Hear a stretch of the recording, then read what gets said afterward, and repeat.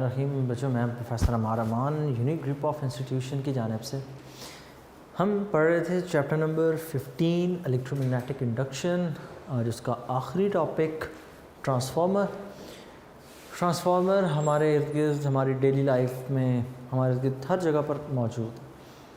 आपने ट्रांसफार्मर अब तक जो सुन रखे हैं या देख रखे हैं वो आपकी स्ट्रीट्स में लगे हुए ट्रांसफार्मर्स हैं, मेन रोड्स के ऊपर आपको इवन नज़र आ जाते हैं।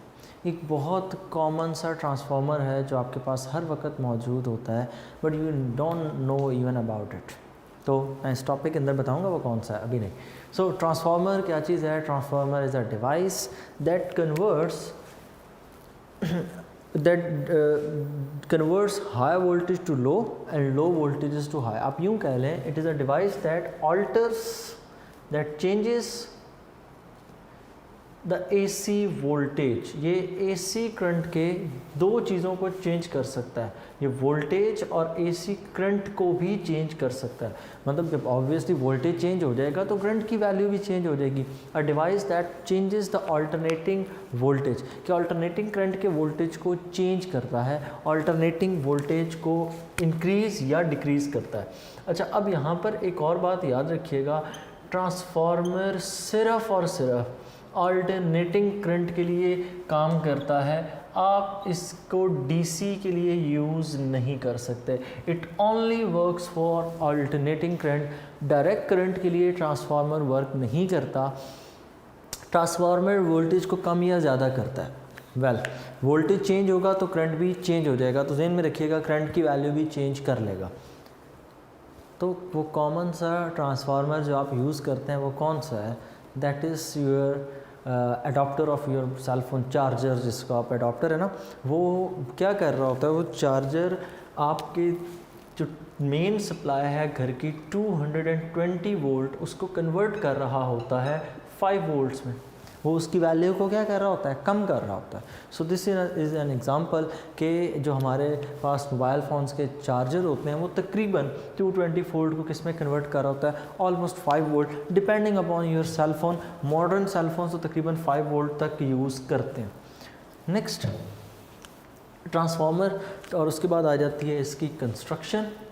और कंस्ट्रक्शन से पहले प्रिंसिपल हम बाद में डिस्कस करते हैं, पहले इसकी ज़रा कंस्ट्रक्शन हो जाए। कंस्ट्रक्शन के अंदर क्या है? ट्रांसफार्मर की कंस्ट्रक्शन में 2 कॉइल्स यूज़ होती हैं। Number one 2 coils. So let's draw them. ये 2 कॉइल्स यूज़ होती हैं।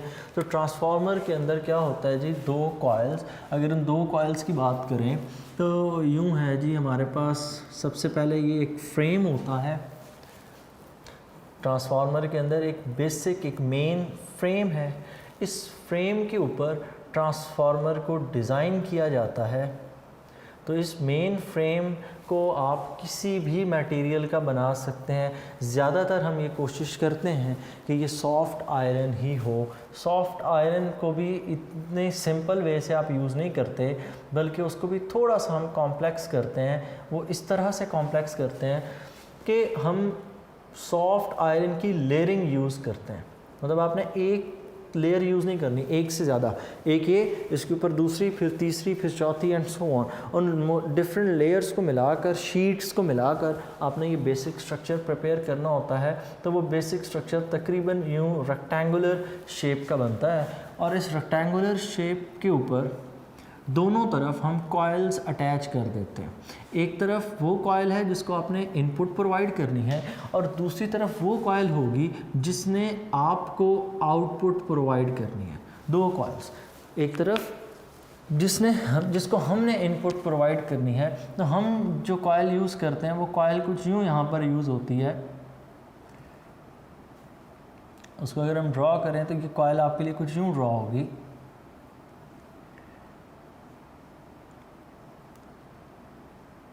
Just like this. ये हमने इसके ऊपर क्या किया हुआ है? इस वायर को वाउंड किया हुआ है। ये जो पोर्शन मैंने बीच में खाली छोड़ा, ये असल में क्या है? ये पोर्शन आपको नज़र नहीं आ रहा ना, क्योंकि ऑब्वियस बात है कि जब वो वायर आप वाउंड करेंगे उसका कुछ पोर्शन आपको नज़र आएगा, कुछ नहीं। दूसरी तरफ जो हम नंबर ऑफ़ टर्न्स बनाते हैं, हम दूसरी तरफ नंबर ऑफ़ टर्न्स थोड़े से ज़्यादा कर देते हैं। इस तरह मैं वाउंडिंग थोड़ी सी क्लोज़र करूँगा। एक जैसे नंबर ऑफ़ टर्न्स नहीं बना सकते आप। ये ध्यान में रखिएगा, आपने जब कॉयल की वाइंडिंग करनी है तो आप एक जितने नंबर ऑफ टर्न्स नहीं ड्रॉ कर सकते। ट्रांसफार्मर में अंडरस्टूड है कि दोनों कॉइल्स के अंदर जो नंबर ऑफ टर्न्स होंगे वो सेम नहीं होंगे। तो ट्रांसफार्मर के अंदर कुछ यूँ सिचुएशन हो गई कि आपने ये इनपुट और आउटपुट टर्मिनल्स छोड़ दिए। इनपुट और आउटपुट टर्मिनल्स के साथ आपने यहाँ पर कनेक्ट कर देनी है, कनेक्टिंग टर्मिनल्स हैं ये।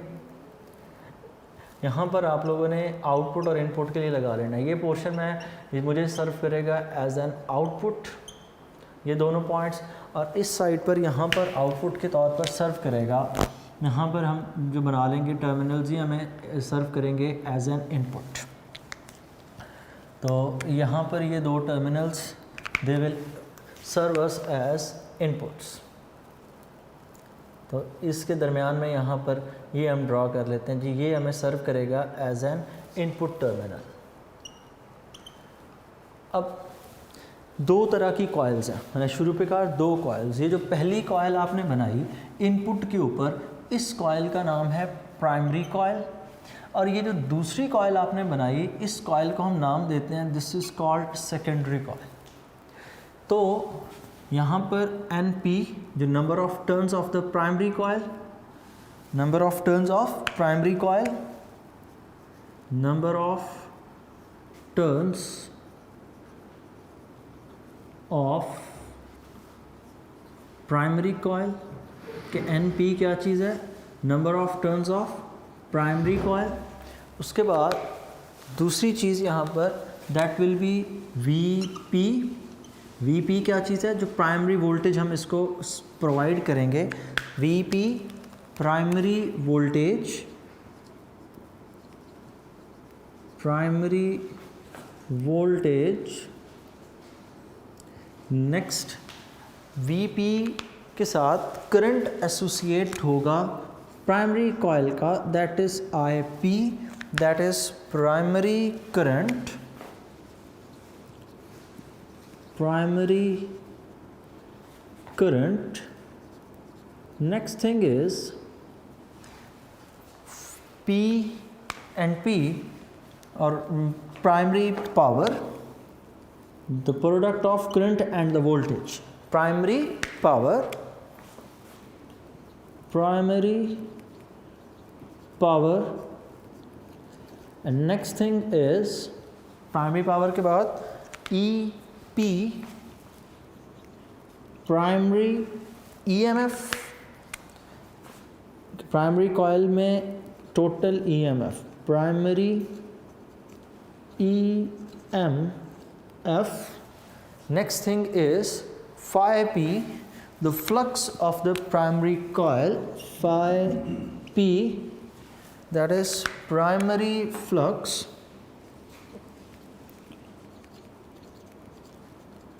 Primary flux. सो ये कुछ पैरामीटर्स हैं जिनको हम नेक्स्ट यूज़ करेंगे।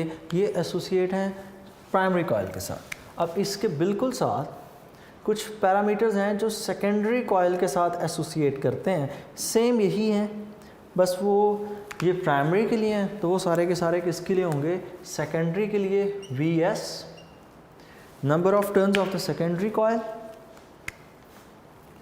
Number of turns of secondary coil, secondary coil. Next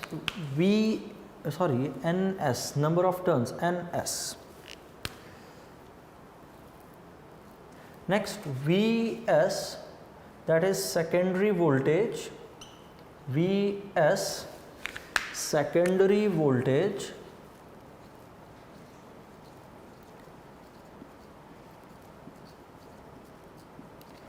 Next thing is IS secondary current,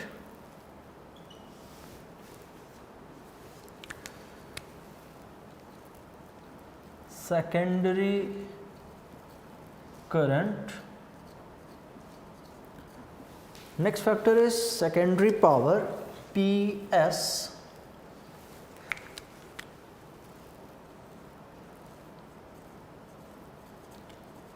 Secondary power, next is ES, secondary EMF.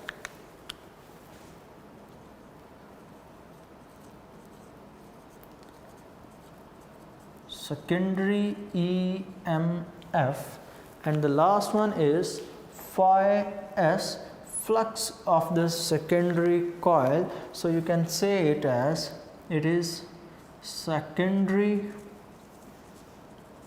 flux. तो ये कुछ पैरामीटर्स हैं जो इस ट्रांसफार्मर के साथ एसोसिएट करते हैं। तो एक तो हो गया ये इसमें कॉयल। नेक्स्ट चीज़, कॉयल के साथ यहाँ पर जो है वो कॉयल कौन कौन सी हैं? 2 हैं, एक प्राइमरी और दूसरी सेकेंडरी। और फिर इसकी कंस्ट्रक्शन के अंदर लैमिनेटेड कोर ऑफ आयरन भी है। लैमिनेटेड कोर ऑफ आयरन से मुराद जिसके ऊपर आपने इसको वाउंड कर रखा है। तो दूसरी चीज़ जो इसमें है दैट इज़, दूसरी चीज़ यहाँ पर जो है लैमिनेटेड कोर ऑफ आयरन। तो आयरन कोर उसको सिंपल कह लें, आयरन कोर। ये लैमिनेटेड का मतलब क्या है? तो एंड पे जब हम लॉसेस वगैरह पढ़ेंगे तो उसमें हम इसको डिस्कस करेंगे। नेक्स्ट आ जाते हैं वर्किंग प्रिंसिपल। मेन थिंग जो इसमें है that is working principle. Working principle of the transformer is Faraday's law of electromagnetic induction, और उसकी अगली एप्लीकेशन 2 कॉइल्स वाली म्यूचुअल इंडक्शन है। ठीक है, अब इसके अंदर वर्किंग प्रिंसिपल लिखते वक्त बच्चे कंफ्यूज होते हैं, तो आप प्रॉपर स्टेटमेंट लिख देना। It's working principle is mutual induction and basically it works on the principle of Faraday's law of electromagnetic induction। तो इसके अंदर वर्किंग प्रिंसिपल के अंदर Faraday's law ही हम मेंशन करेंगे जी। Faraday's law of electromagnetic induction. Mutual induction क्यों नहीं लिखा? अब म्यूचुअल इंडक्शन भी तो फैराडे के लॉ की ही एप्लीकेशन है। Faraday's law of electromagnetic induction.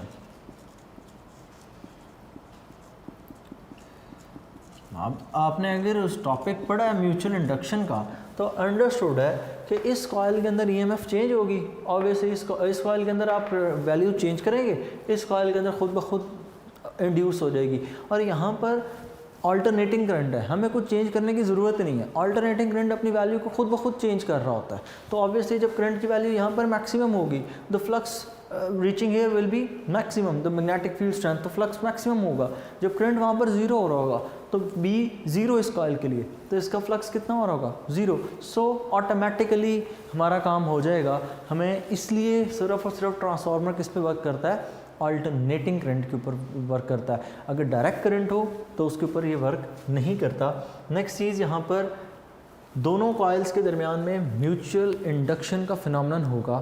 तो Faraday's law of electromagnetic induction के मुताबिक EMF in the primary coil, EMF in primary coil, और उसको हम लिखेंगे EP इंड्यूस होगी, और वो EP कितनी होनी चाहिए? That should be equal to NP delta phi P over delta T। ये फार्मूला कहाँ से आया? ऑब्वियसली प्रिंसिपल से ही आया होगा, और प्रिंसिपल का फार्मूला क्या था? E is equal to minus N delta phi over delta T के जो EMF इंड्यूस होगा that will be equal to N delta phi over delta T। Faraday का ही फार्मूला। जब प्राइमरी है तो EB number of turns primary के, flux primary का, सेल्फ इंडक्शन हुई। ठीक है, इस कॉइल के अंदर पहले क्या होगी? सेल्फ इंडक्शन, जिसकी वजह से एक बैक ईएमएफ जनरेट होगी अकॉर्डिंग टू लेंज़ लॉ।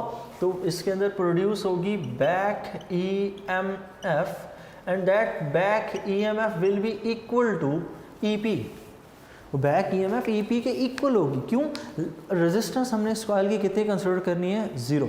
अगर इस कॉइल की रेजिस्टेंस 0 कंसिडर करें तो हम ये कह देंगे कि ईपी बैक ईएमएफ के केस में किसकी इक्वल है?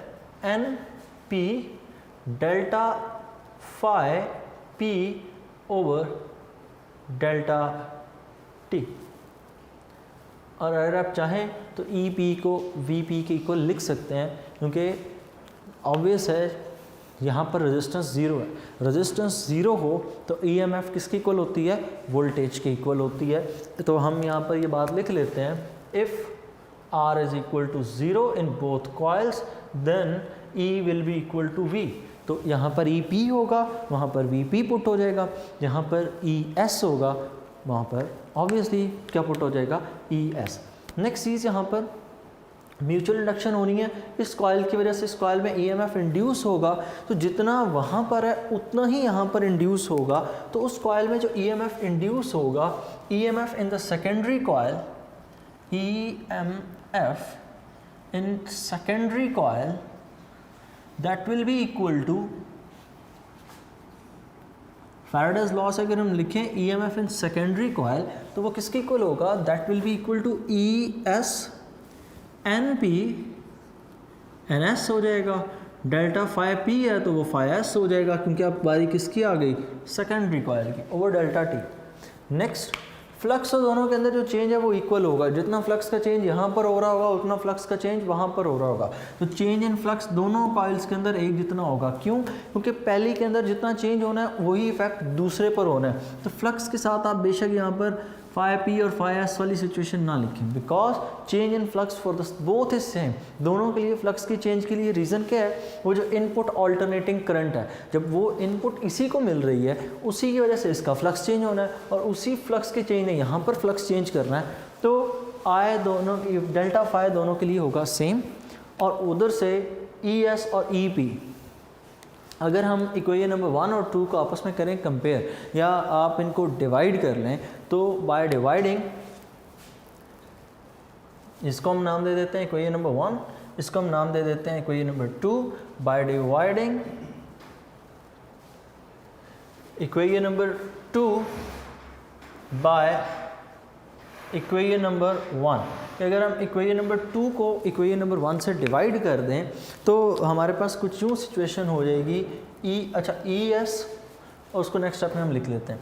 तो अगर हम दोनों को डिवाइड करें तो हम यूँ लिख सकते हैं ES over EP is equal to, अब यहाँ पर पहले ES लिखा है तो मैं ES वाली वैल्यू लिखूँगा, NS delta phi over T divided by second term, और सेकेंड टर्म कौन सी है, NP delta phi over T, NP delta phi over delta T।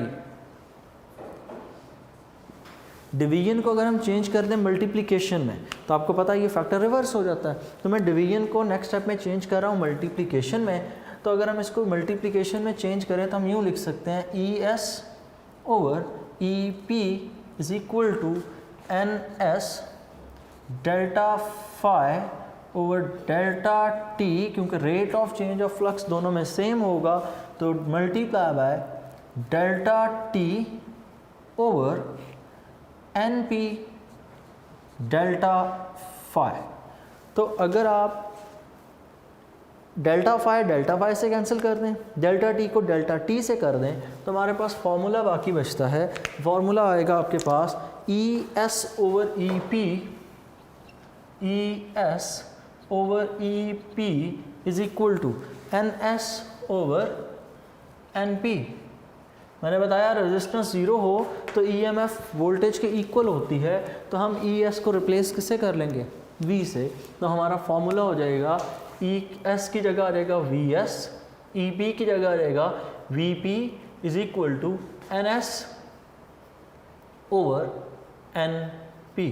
तो this is called the formula of transformer. इसको turns ratio भी कहा जाता है, NS over NP, the turns ratio, number of turns of the secondary, number of turns of the primary coil, secondary voltage and the primary voltage.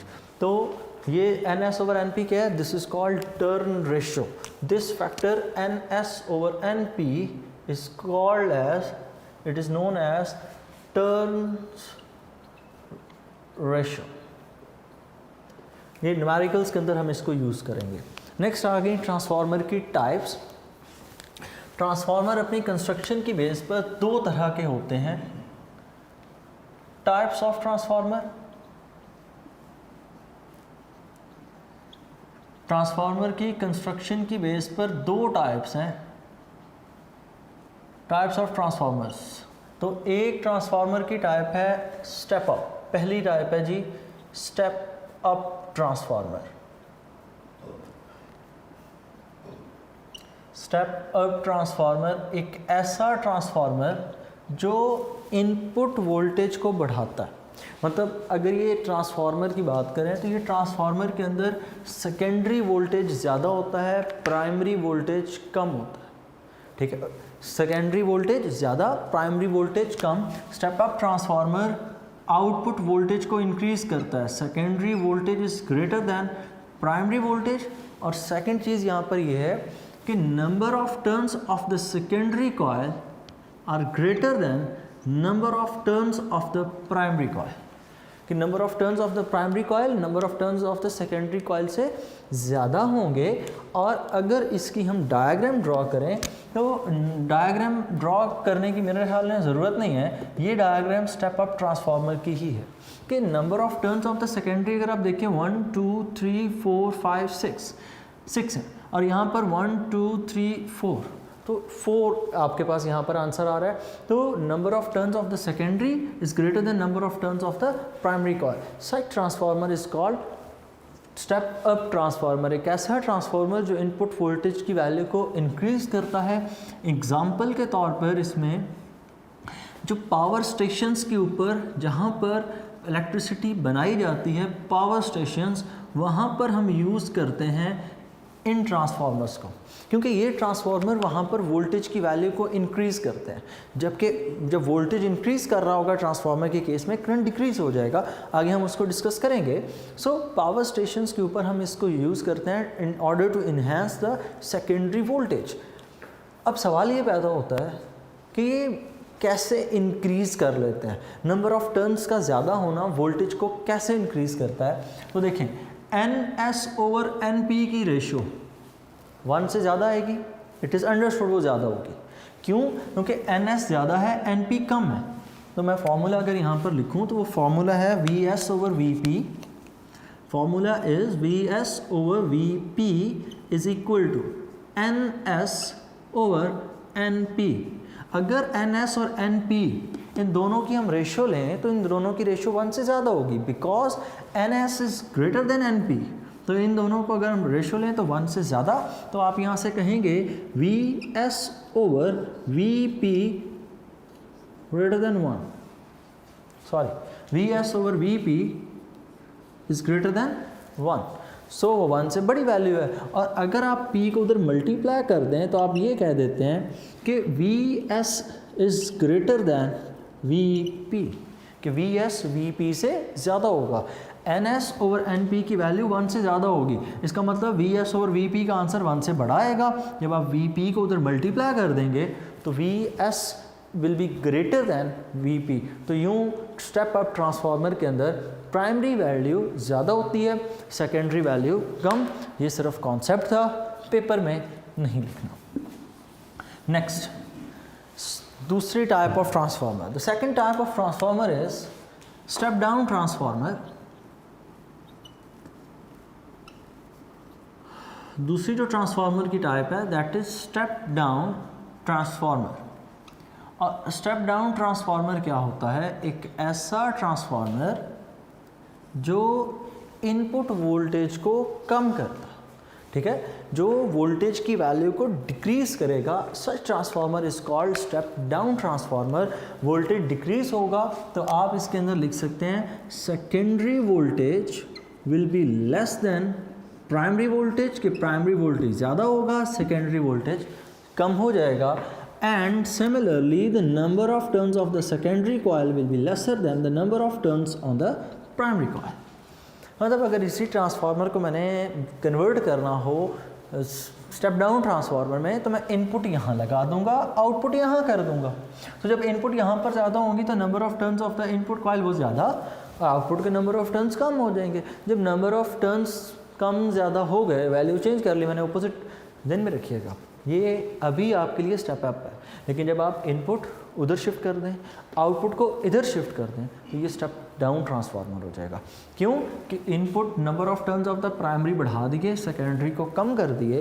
Next सवाल वही आता है कि आप इस ट्रांसफार्मर को कहाँ पर यूज़ करते हैं। तो एग्जांपल के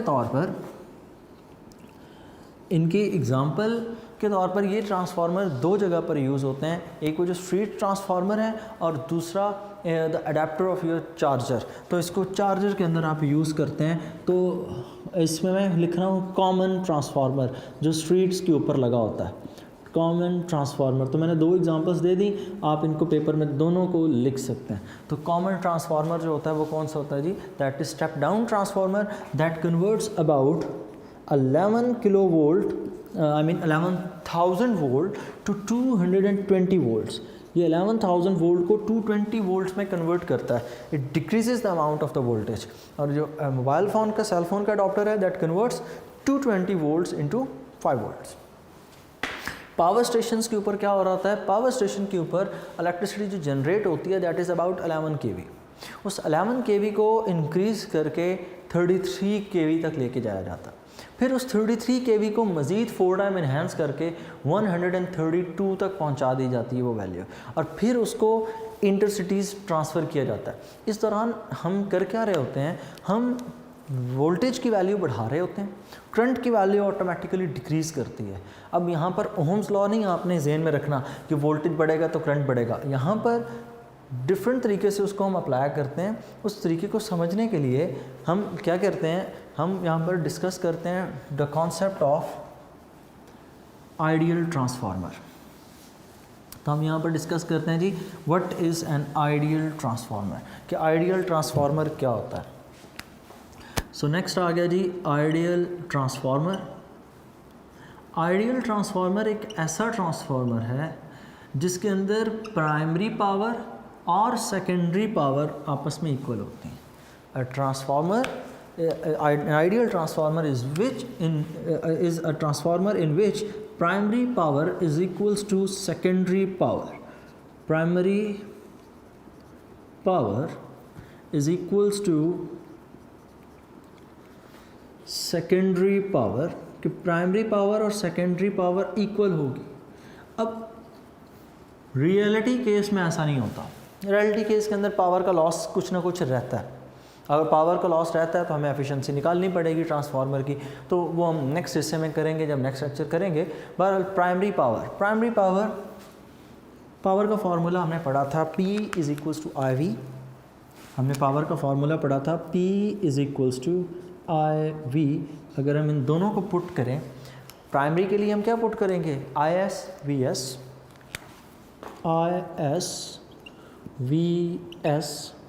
is equal to, sorry primary के लिए IP VP और सेकेंडरी के लिए IS VS, ये आपस में इक्वल होने चाहिए। अब यहाँ पर ये बात समझनी है कि जब आप वोल्टेज को बढ़ाते हैं करंट कम हो जाता है, जब आप वोल्टेज को कम करते हैं करंट ज़्यादा हो जाता है। गौर से देखिएगा। फॉर एग्ज़ाम्पल वोल्टेज की वैल्यू है पहले 10, प्राइमरी वोल्टेज कितना ले लिया मैंने, प्राइमरी वोल्टेज इज़ 10 वोल्ट्स।